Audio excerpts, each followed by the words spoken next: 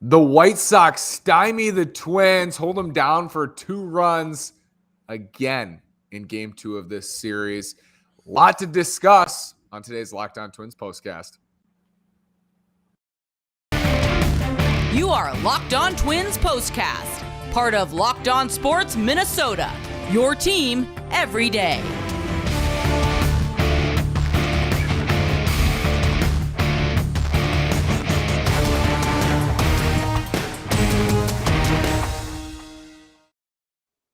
And welcome to another edition of our Locked On Twins postcast. Today is Friday, July 15th. I'm the host of Locked On Twins, Nash Walker, here with writer and reporter at Access Twins, Brandon Warren.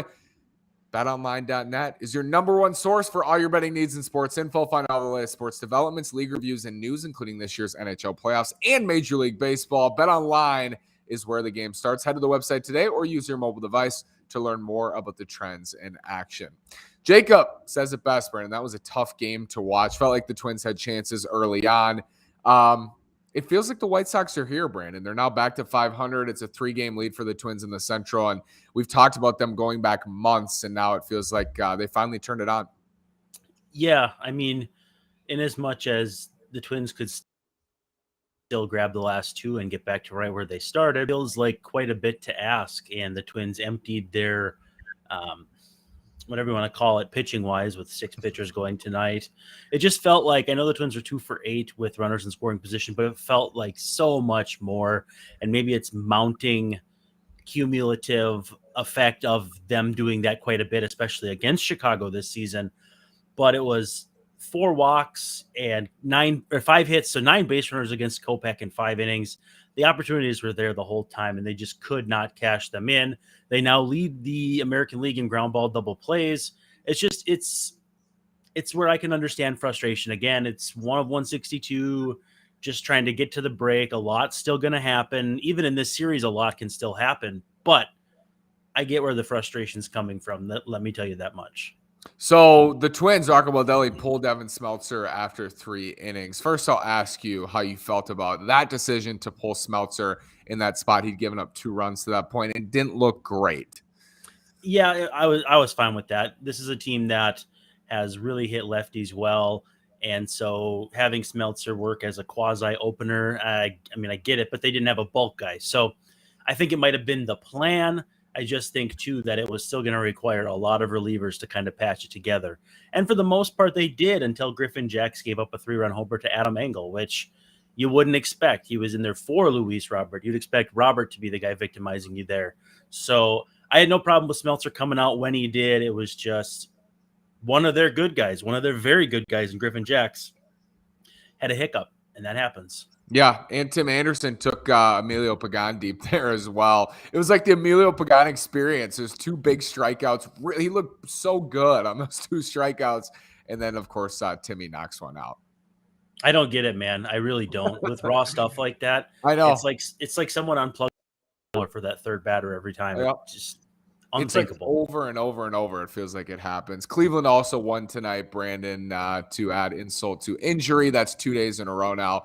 The Twins have dropped games to the White Sox and to Cleveland. Oh, the Twins are 5-3 against the Sox this year. I don't know their record against Cleveland. I assume it's a losing record now after their latest stretch, but they're still 5-3 against the Sox. At what point do you panic, Brandon? You start to think, okay, this White Sox team is turning it on, and in the second half, it feels a little bit like 2019 with Cleveland. Feels like the Twins have to win one of these last 2 for sure. For sure.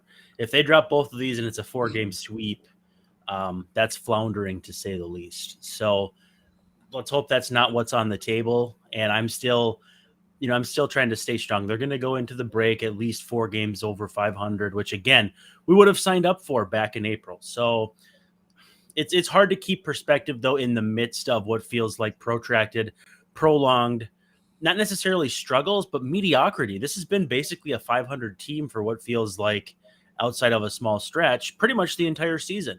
And again, better than last year, but I understand and sympathize with fans who are expecting more. So let's talk about that game tomorrow. It's a day game, 1:10 Central. It is Dylan Bundy against Lance Lynn. And Bundy pitched pretty well against the White Sox in Chicago last week in that game. The Twins won. That was the opener, right? Bundy and Cueto, and then Lance Lynn going for the Sox. Lynn's ERA is nearly 7. He's looked terrible. He looked terrible in Cleveland. He looked bad against the Twins, and he just hasn't been right at all since he came off the injured list.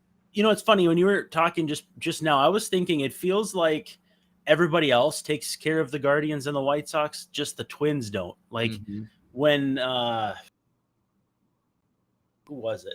Somebody went in and took care of Cleveland. Or the Tigers. The Tigers. Yeah, it made Cleveland look like they're no big deal. Meanwhile, Cleveland is just running roughshod over the Twins with walk-off win and all that. So it's just funny how the head-to-head stuff has actually felt a lot more wobbly than you'd hope. I have good expectations for Dylan Bundy. I think Lance Lynn, you know, he's going to get it back. It's all fastballs all the time.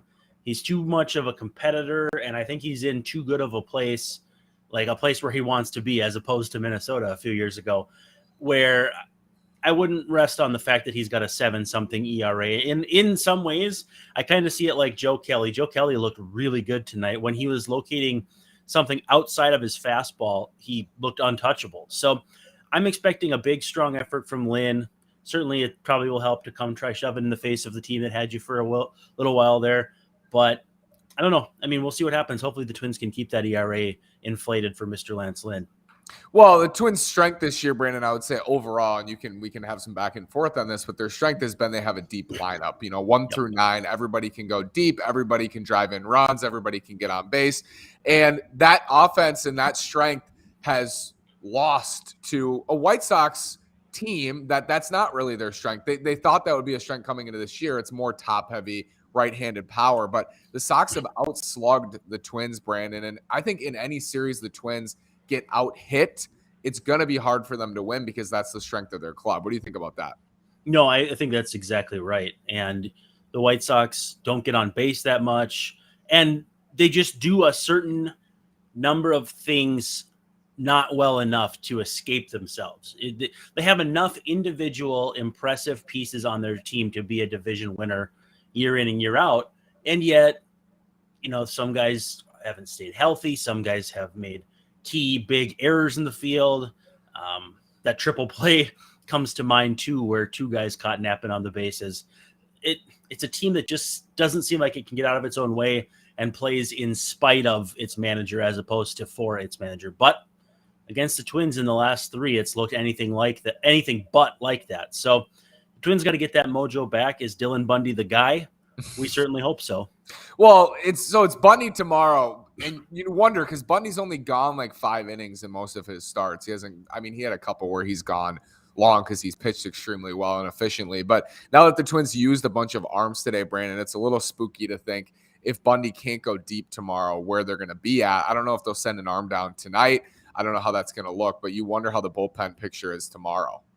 I mean, it would make sense to me to send Smeltzer out tonight and bring somebody up, but I don't know if that's Cole Sands, because I don't know who. I'm trying to remember if I think Ronnie Enriquez has worked recently. I'm trying to think of who else would even be on the shuttle who could get.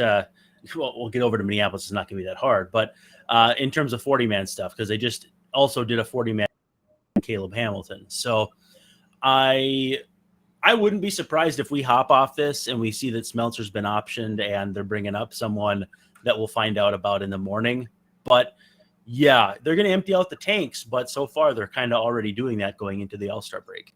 2 games until the break. It's Lance Lynn, Dylan Bundy tomorrow, Dylan Cease and Chris Archer on Sunday. Brandon, we'll talk again soon. Thank you so much. Thanks for commenting, liking, subscribing, everything you do for us. Thank you, listeners. Brandon, we'll talk soon, brother.